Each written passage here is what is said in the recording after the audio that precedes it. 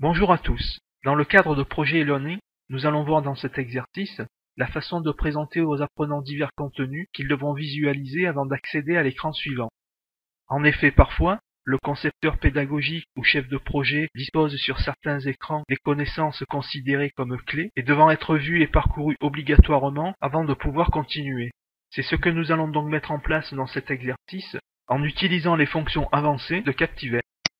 Pour présenter l'exercice, nous avons ici trois boutons, ATA21, ATA24 et ATA27. L'objectif est de faire en sorte que l'utilisateur parcourt le contenu de ces trois boutons avant qu'un bouton suivant ne s'affiche pour lui permettre de continuer. Cela nous donnera donc ceci. Si je clique sur le bouton ATA21, j'aurai son contenu qui s'affichera. Ensuite, en cliquant sur le bouton ATA24, son contenu s'affichera également et celui du contenu de l'ATA21 se masquera. Enfin, en cliquant sur le bouton ATA27, son contenu s'affichera également et masquera le précédent, mais aussi et surtout, un bouton suivant apparaîtra, car toutes les connaissances clés et considérées comme telles par le concepteur auront été parcourues par l'apprenant. Pour faire cet exercice maintenant, les principales activités à effectuer dans Captivate seront la création des trois boutons que nous venons de voir, la création de leurs contenus respectifs où nous grouperons leurs éléments, la mise en place de trois variables pour les contenus afin d'évaluer s'ils ont été consultés ou non, la création du bouton suivant, la mise en place d'une pause sur la barre de lecture, puis enfin l'écriture des trois actions avancées qui permettra l'affichage du contenu souhaité, le masquage des autres, et la mise en place d'une expression d'affectation qui vérifiera si tous les contenus ont été affichés ou non, permettant ainsi l'affichage du bouton suivant selon l'évaluation. Pour commencer, débutons par la création des trois boutons. Pour ce faire, je vais créer des boutons transparents sur les légendes de texte déjà déposées, mais vous pouvez créer cependant les boutons de votre choix.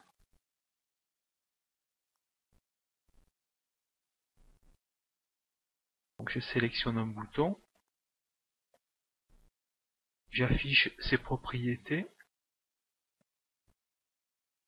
Alors pour avoir un bouton transparent, je mets son contour à 0, je mets également sa luminosité à 0 et je supprime sa légende de texte. Ensuite, je vais le caler sur la légende de l'ATA21.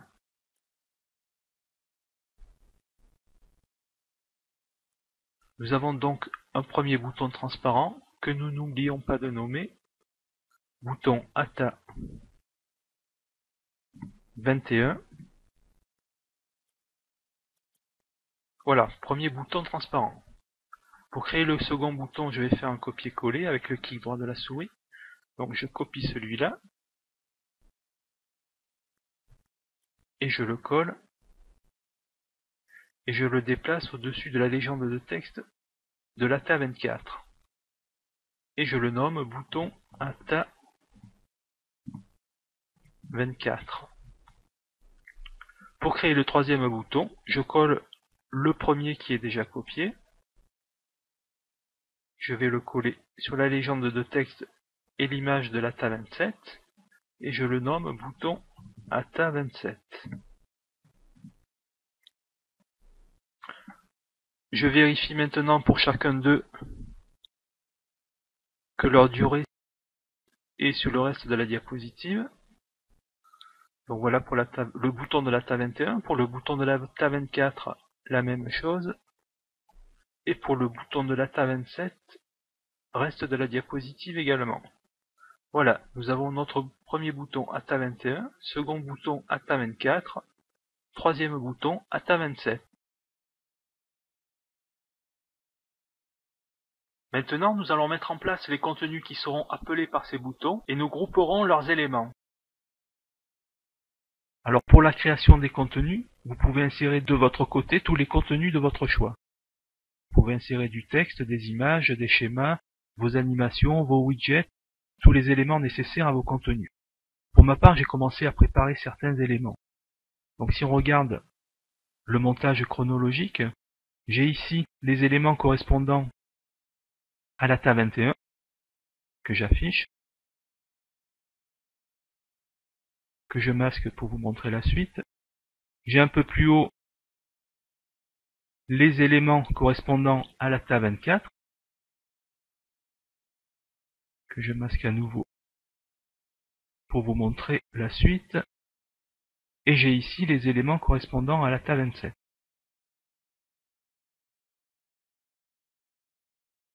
Donc tous les éléments sont préparés. Maintenant, je vais afficher les éléments de l'ATA 21 et je vais grouper ces éléments. Je retrouve la fenêtre. Donc pour grouper les éléments, on sélectionne tous les éléments souhaités et on fait modifier groupe. Donc tous les éléments sont sélectionnés et sont dans un même groupe. Donc je vais nommer ce groupe à l'aide de la fenêtre propriété et je vais l'appeler groupe contenu ATA 21. Alors ici, si je coche cette case, ce contenu ATA 21 sera affiché quand on arrivera sur le slide, et si je décoche, il n'apparaîtra pas. Donc, comme on ne veut pas qu'il n'apparaisse avant que l'utilisateur clique sur le bouton ATA 21, on le laisse décocher. Donc ici est apparu le groupe de l'ATA 21 que je masque pour préparer les éléments du groupe de l'ATA 24. Donc j'affiche les éléments de l'ATA 24 et je reproduis la même opération. Donc je sélectionne tous les éléments, je les groupe, modifier groupe, et je le nomme à nouveau à l'aide de la fenêtre propriété, groupe contenu ATA 24. Donc je laisse visible en sortie décoché également. Donc voilà, j'ai mon groupe contenu ATA 24 qui s'est créé ici dans le montage chronologique. Donc je le masque pour préparer maintenant le groupe de l'ATA 27. Donc j'affiche les éléments préparés de l'ATA 27. Je les sélectionne tous. Je les groupe, modifier groupe. Et je nomme à nouveau le groupe de l'ATA 27. Donc groupe contenu ATA 27.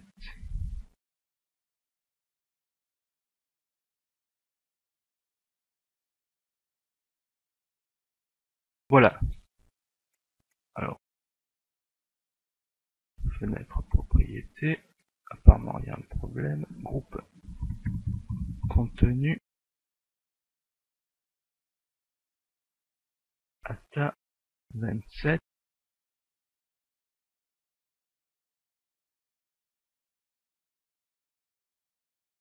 Donc voilà, j'ai maintenant dans mon montage chronologique le groupe de l'ATA 21. Donc groupe ATA 21. Groupe ATA 24. Et groupe ATA 27 qui apparaît à l'écran. Voilà, nous avons donc créé le groupe de l'ATA 27, le groupe de l'ATA 24 et le groupe de contenu de l'ATA 21. Maintenant, créons les variables qui serviront à évaluer si ces contenus ont été affichés par l'utilisateur et qui, selon la condition, affichera ou non le bouton suivant que nous créerons tout à l'heure.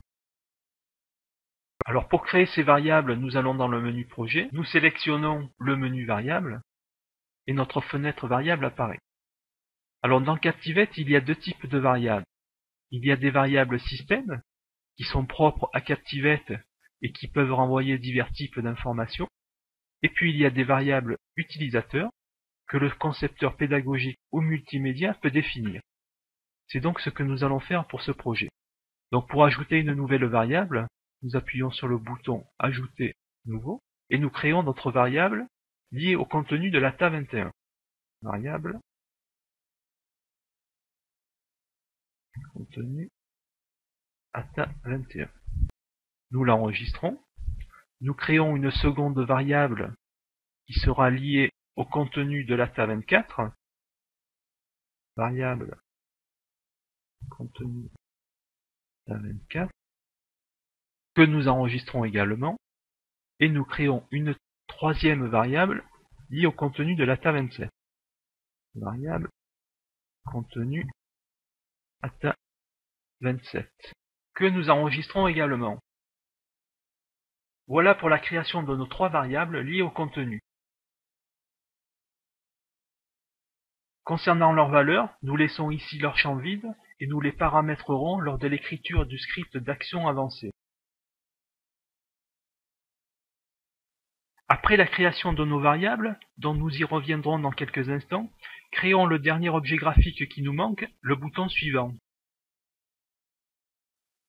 Donc pour la création de notre bouton, nous allons dans le menu Insérer et nous allons chercher un bouton que nous plaçons ici. Nous double-cliquons dessus pour avoir accès à ses propriétés, dont nous le nommons bouton suivant.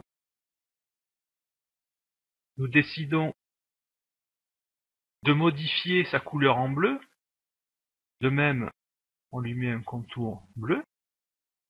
Ici, on mentionne suivant pour l'utilisateur. Ensuite, on va lui demander d'aller à la diapositive suivante, mais vous pouvez lui affecter d'autres actions selon votre projet.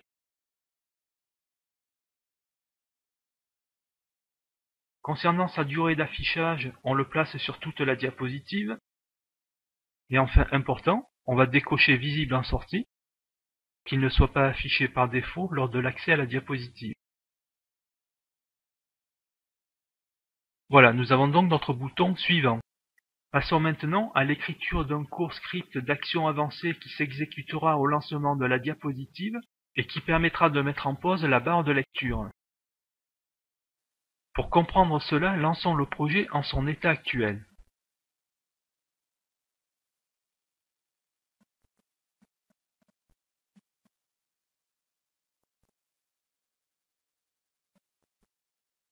Nous voyons ici que la barre de lecture avance, ce qui empêchera les apprenants de consulter l'ensemble des contenus.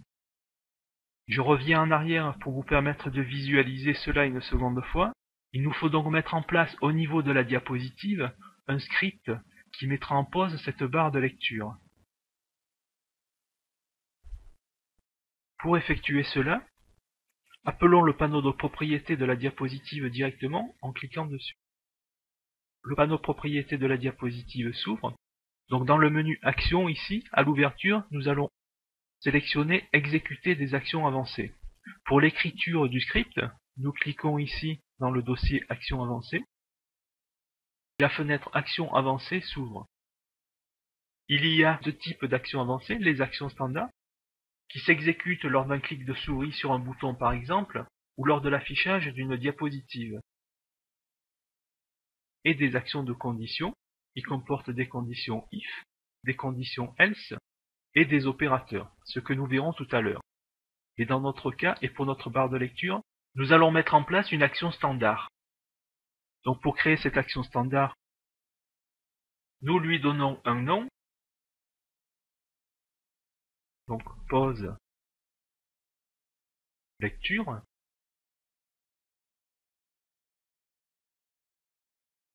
Et pour définir son action, nous double-cliquons sur la première colonne de la première ligne. Voilà, un premier menu apparaît. Et nous sélectionnons ici Expression. Ensuite, nous sélectionnons la variable utilisateur Captivate qui est Captivate commande pause. Cette commande pause, on va la rendre égale à un nombre. On sélectionne littéraux et on affecte une valeur de 1. Ensuite, on définit l'opérateur sur moins. Puis nous sélectionnons à nouveau le menu littéraux et nous lui affectons une valeur à 0. Alors pourquoi notre commande Captivate pause est égale à 1 moins 0? Alors par défaut, la valeur 1 est associée à une condition vraie et la valeur 0 à une condition fausse. Et comme nous voulons rendre cette expression vraie, nous la rendons égale à 1 par 1 moins 0 qui est égal à 1. Voilà, nous avons créé notre expression captivette commande pause qui mettra en pause la barre de lecture. Donc nous enregistrons notre script. Nous fermons ici la fenêtre. Et nous avons ici notre script pause lecture. Nous vérifions maintenant que notre script est fonctionnel.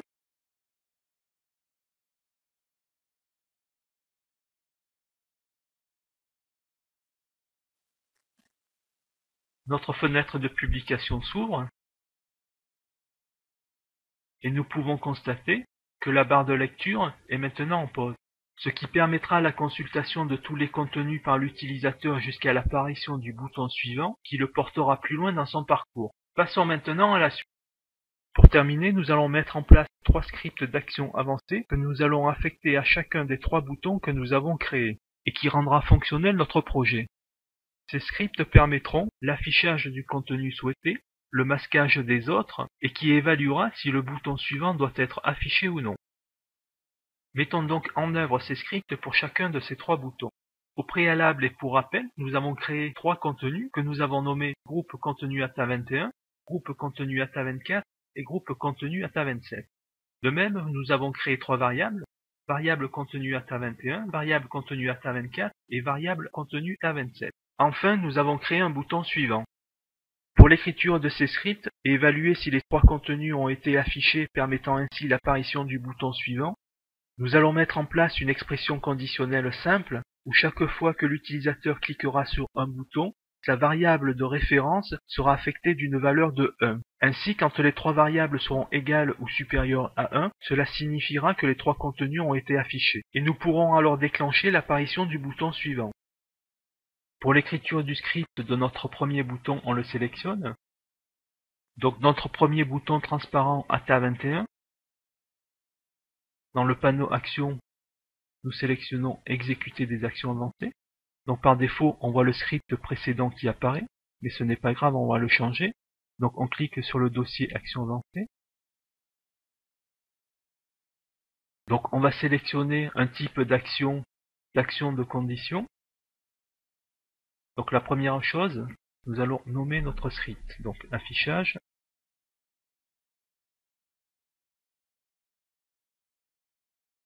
Contenu ATA21.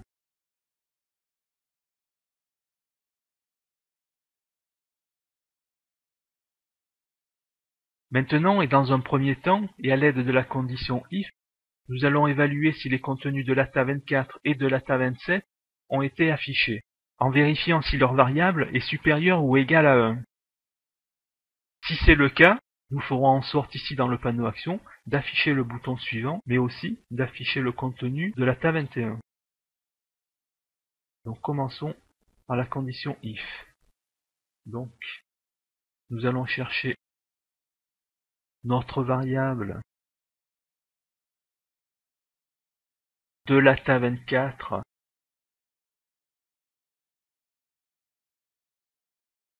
que nous mettons à supérieur ou égal à 1. Nous faisons de même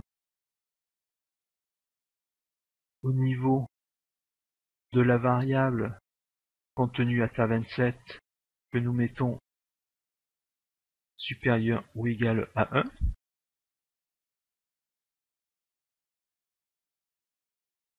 Si ces deux conditions sont vraies, cela signifiera que l'ensemble des contenus avec celui de l'ATA21 en cours aura été affiché, et nous ferons donc en sorte dans le panneau Actions de mettre en place les actions appropriées. D'abord en permettant l'affichage du bouton suivant.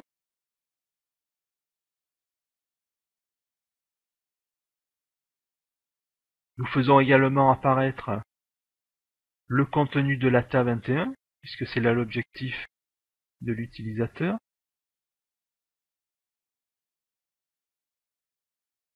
Donc groupe contenu ATA21. Et nous masquons également les contenus précédents qui pourraient être affichés.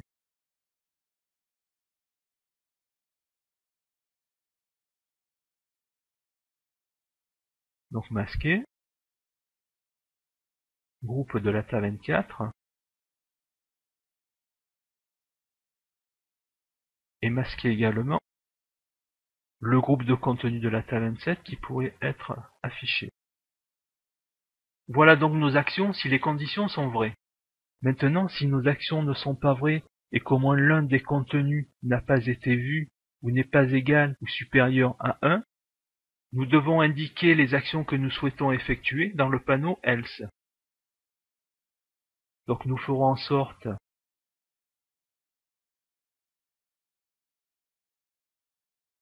d'afficher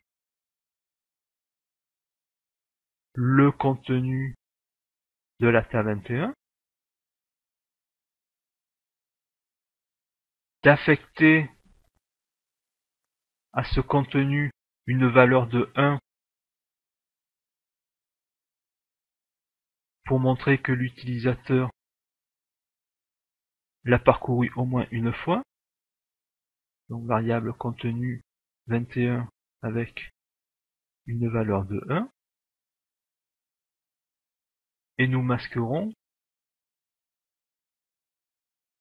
donc l'un des deux contenus qui pourrait être affiché également.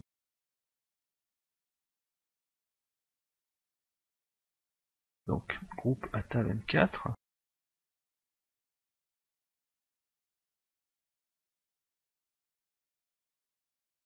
Et groupe contenu ATA27. Voilà. Si le contenu de l'ATA24 et le contenu de l'ATA27 a été affiché, ce type d'action se mettra en place, avec notamment l'apparition du bouton suivant. Autrement, le bouton suivant ne se mettra pas en place, et nous afficherons simplement le groupe de contenu de l'ATA21, auquel nous affecterons une valeur de 1, pour montrer que celui-ci a été affiché, et nous masquerons l'un des deux contenus qui pourrait être affiché ici. Donc voilà, nous avons notre premier script, nous l'enregistrons. OK. Et nous fermons la fenêtre. Donc enregistrer.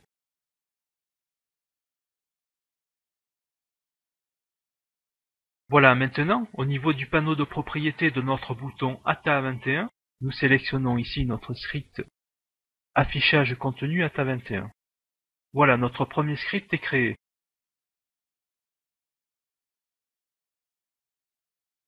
Pour l'écriture des deux autres scripts, la procédure sera la même. Donc je sélectionne le second bouton ATA24. Dans le panneau Actions, je sélectionne Exécuter des actions avancées. Donc je clique sur le dossier Actions avancées. Ici, dans les actions existantes, je vais récupérer le script précédent affichage contenu ATA21, car les actions seront les mêmes. Nous aurons simplement changé leur valeur. Donc je vais dupliquer ce script, dupliquer l'action. Par défaut, on voit ici un duplicate of, donc nous allons le renommer. Donc nous le nommons affichage contenu ATA24. Voilà, les actions étant les mêmes que pour le script précédent, nous devons simplement changer les valeurs et les expressions pour le groupe de contenu ATA24. Pour avancer, voici le résultat final. Dans la condition if, nous avons remplacé la variable de contenu ATA24 par la variable de contenu ATA21 pour voir si elle était supérieure ou égale à 1. Dans la partie action, nous avons affiché le groupe de contenu ATA24 puisque nous étions sur le bouton ATA24 et nous avons masqué le groupe de contenu ATA21. Dans la partie else, nous avons masqué également le groupe de contenu ATA21. Nous avons affecté la variable de contenu ATA24 avec 1, affiché le groupe de contenu ATA24 et masqué le groupe de contenu ATA21. Donc nous fermons la fenêtre et notre script affichage de contenu ATA24 s'affiche bien dans le bouton de propriété du bouton ATA24. Voilà donc pour le second script. Par la suite, l'écriture du script du troisième bouton sera la même. Donc nous sélectionnons notre bouton ATA21 transparent. Nous lui affectons exécuter des actions avancées. Nous allons ensuite dans la fenêtre de script, action avancée. Donc nous allons récupérer le dernier script créé. Nous le dupliquons et nous le renommons. Donc, affichage contenu ATA27, ce qui concernera les actions liées au bouton ATA27. Puis nous modifions maintenant les valeurs et les expressions liées à l'affichage du contenu ATA27.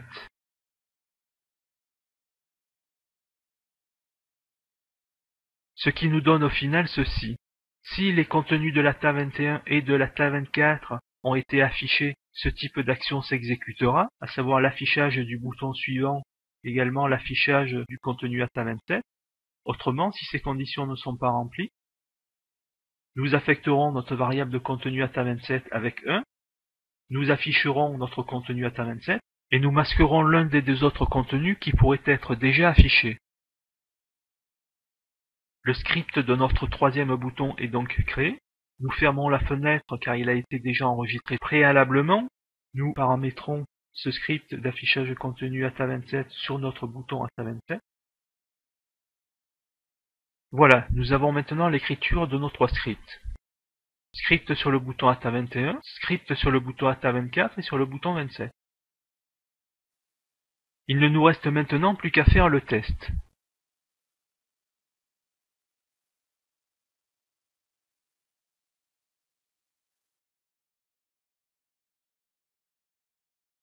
Donc nos trois boutons sont bien là, je cadre la fenêtre.